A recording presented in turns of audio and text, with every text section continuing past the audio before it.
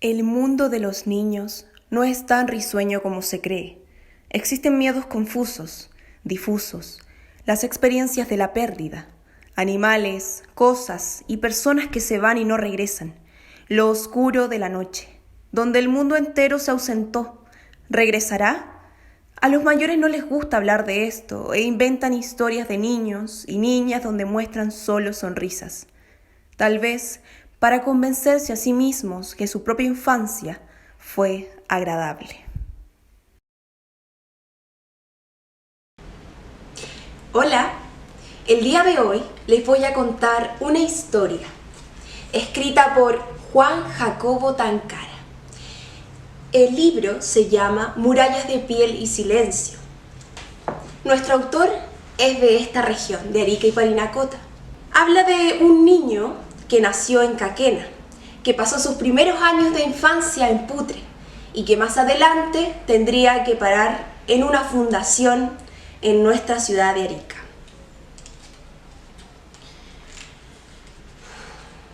En esta ocasión quiero compartir mis experiencias, un poco de mis recuerdos que ya se esfuman. ¿Con qué objetivo? Con el único fin de contribuir a la memoria colectiva de un pueblo, de una familia, a mi propia memoria. Todo el tiempo los pueblos originarios del continente se movieron de un lugar a otro. Constantemente viajaron y se comunicaron con diferentes culturas. Arica, Putre, Caquena y otros asentamientos de la zona están sobre territorios aymaras y de otros pueblos originarios. Pero no es solo la migración interna lo que se narra, sino la estancia en un internado donde un niño andino desplazado por no tener otra opción iría a parar en ese tiempo. Ahí se tejía una serie de relaciones en un país que en ese periodo poco tenía que ver con los aymaras y en general con los indígenas. Cuando recuerdo mi niñez, me veo esperando el amanecer en un cuarto de madera. Mi nombre es Eliseo. Ese día mi mamá me llevó a un lugar llamado Fundación La Casa. Era un internado para niños. Quienes trabajaban allí los conocería como tíos y tías. Ellos preferirían que lo llamemos hogar. Habían 200 niños a quienes sus padres por algún motivo u otro no podían tenerlos en sus casas, como a mí. En ese tiempo mi mamá trabajaba como temporera en el Valle de Azapa, cosechaba aceitunas. Ser temporera era un trabajo eventual, por eso su nombre dependía de las cosechas. Mi hermana menor, mi mamá y yo habíamos bajado del pueblo de Putre, que está como a 2 horas de la ciudad de Arica, donde está la fundación. Nosotros, mi familia, era originaria de Caquena. Nosotros éramos migrantes internos, aymaras. Mi papá se había quedado en el altiplano. Mi hermana mayor había bajado antes, se casó con un sureño y tuvieron 4 hijos. En Putre habíamos dejado un hermano mayor que había muerto por problemas cardíacos. Dicen que tenía el corazón muy grande. Debió ser cierto porque era muy bondadoso. Mi hermana menor se llama Felipa. Ella se quedó con mi mamá y yo, por ser varoncito, tenía que soportar la fundación. Ese día estábamos en la entrada. Mi mamá se quedó conversando con una encargada. Cuando salió, me presentó a la visitadora social, la tía Rosario, una mujer con muchas pecas, muy simpática. Dijo que tenía que quedarme inmediatamente. La tía Rosario me presentó a uno de los encargados, quien me mostró el lugar. Yo estaba nervioso, desconfiado, pero lo seguí. Con mi bolsa en su mano, me llevó primero a la lavandería. Allá entregó mi ropa a unas señoras muy simpáticas. También me dieron un casillero para mi ropa, sábanas y funda para la almohada. Y también me asignaron un número. En ese momento era el 29. Mientras yo seguía al tío, me acordaba de mi mamá. Tenía miedo de que se fuera sin despedirse de mí. También me acordaba de mi hermana Felipa. Habíamos jugado tantos años desde que nacimos y nos íbamos a separar. Cuando volví a la entrada, estaba mi mamá esperándome. Me dijo que fuera valiente, que estudiara, que vendría por mí en 2 semanas. Me lo prometió. Y cuando se fue, yo me quedé parado, sin saber qué hacer, con un dolor en el pecho y en la garganta. Mi mamá nunca pudo ir a buscarme. Ella falleció al poco tiempo después de haberme dejado. Yo me quedé angustiado. Mi papá me fue a ver al internado. Ahí me habían dado permiso algunos días. Y me dijo que por qué yo había hablado así la vez pasada. Es que antes habíamos salido un domingo. Él casi nunca venía, se quedaba allá arriba en el altiplano. Yo le di a entender que si mi mamá me faltaba o tenía miedo de nunca verla. Y me quedó mirando, preocupado, en silencio. Ay, esta fundación no era un hogar, ni mucho menos una familia, como decía el tío Gilberto. Era un cuento de hadas que nos hacían creer, y habían tantos chiquillos. Yo solo me acuerdo de algunos. El Monardes era un cabro de los grandes, blanco como queso, con muchas pecas. Un verano lo escogieron jefe de patrulla, pero nadie le hacía caso, nadie estaba ni ahí con él. No era muy bueno para los combos, aunque a veces los daba, como me los dio a mí una vez que le grité un garabato. El Monardes un día desapareció, se fue y nadie más lo vio. Dicen que se fue por culpa de la Espina, porque este cabro siempre lo molestaba. Un día habían estado jugando a los novios y el Monardes había hecho de mujer y la Espina se daba todo el derecho de humillarlo. Pero yo siento que había un secreto, algo que escondía el Monardes, una forma de su comportamiento. Otro niño era el Rosquita. Él vendía rosquitas con su papá en la feria y en la playa. Por eso su apodo. Al papá del Rosquita lo atropellaron mientras trabajaba. Él era huérfano, porque su mamá también había fallecido cuando chico, y a algún familiar se le ocurrió mejor meterlo al internado. Jamás vimos triste al Rosquita, lo que debería sentir cuando uno pierde a su papá. Otros eran los hermanos Tata y el Tachi. Ellos hablaban un poco raro. Iban a una escuela especial. Dicen que cuando eran chicos, en vez de palabras, emitían sonidos. Por eso sus apodos. También tenían un hermano mayor, con el que alguna vez también me peleé. El Guzmán era un cabro grande, siempre lo molestaba. Y el hermano grande del Tata y el Tachi no podía defenderlos como a su amigo el Neculpan. No, porque el Guzmán era más grande y más fuerte. Reventaba a cualquiera que lo provocara. En la fundación siempre hay alguien más grande que te puede colorar el ojo. El pez más grande se come al más chico. Otro de los niños era el Cusiño. Él nació en el altiplano. Su nombre era Remigio. Yo no hablaba mucho con él porque pensaba que él tampoco quería hablar conmigo. Él era como muchos de los cordilleranos, que llegaba a la ciudad tratando de olvidar sus montañas y lo que son. A él le cambiaron el apellido cuando chico.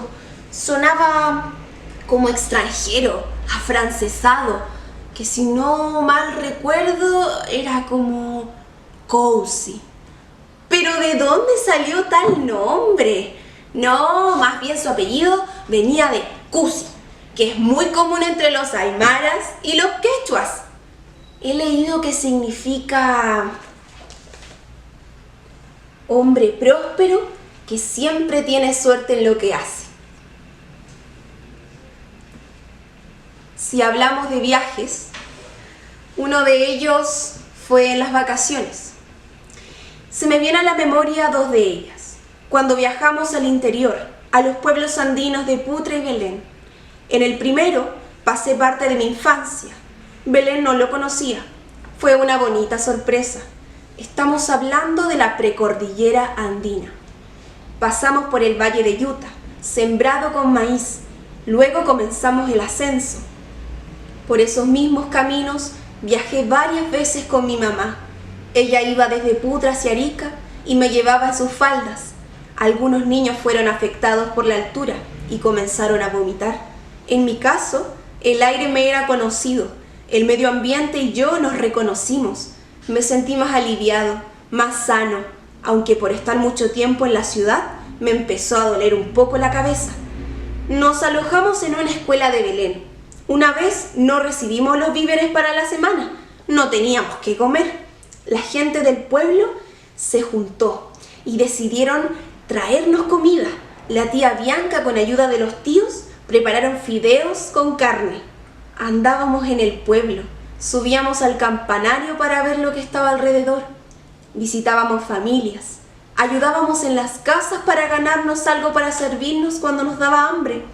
Belén es un pueblo andino, tiene vestigio colonial, casas con techos de calamina y personas afectuosas. Belén es un tiempo ido, pero que retorna. La noche antes de viajar a Putre, había listado mi ropa. Era emocionante volver otra vez a ese lugar después de tantos años. Una vez sentado en el bus, sentí la alegría de viajar. Era como dejar la fundación. Nunca me fui de Putre. Siempre está en mi memoria.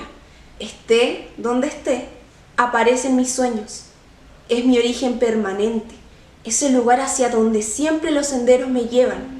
Pero no puedo hacer jamás ese viaje definitivo de retorno. Siempre debo esperar. Luego subo a Caquena. Eso para mí ya es el retorno definitivo a la Pachamama. Subir y bajar era el destino de mi pueblo.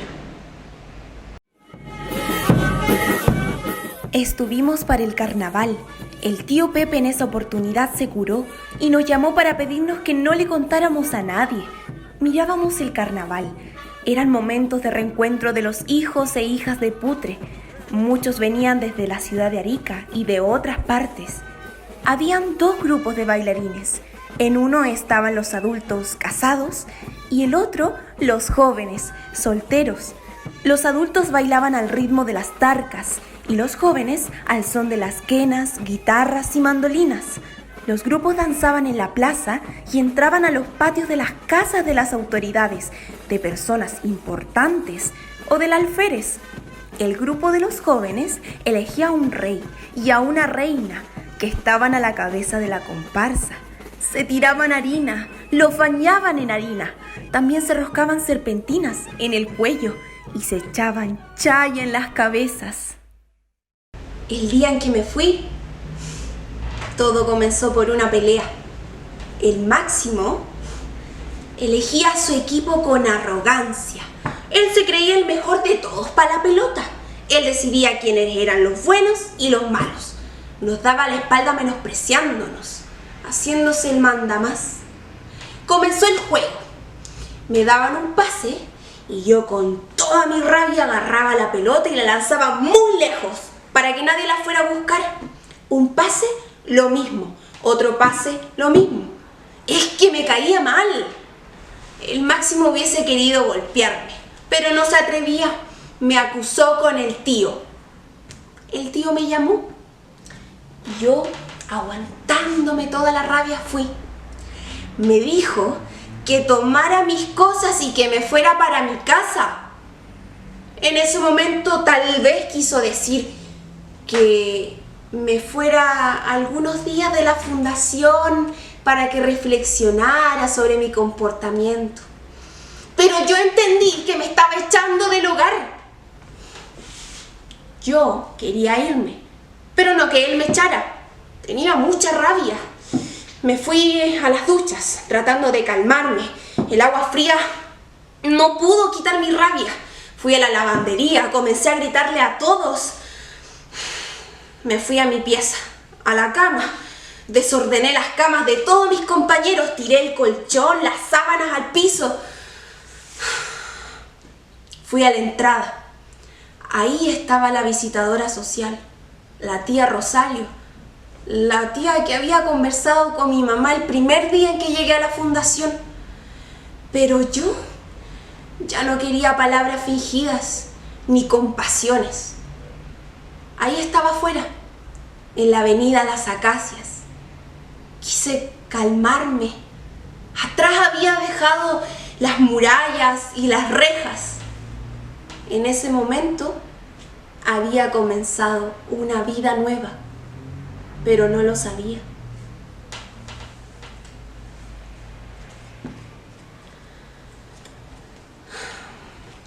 Me iré a hacer adobes a Caquena, pues deseo recuperar las tierras que le expropiaron a mi abuelo.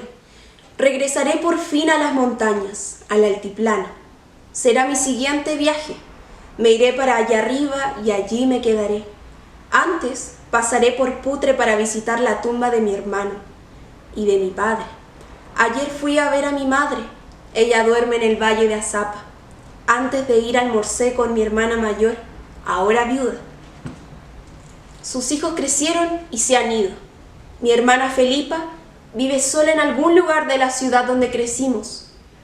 Esto es todo lo que tengo.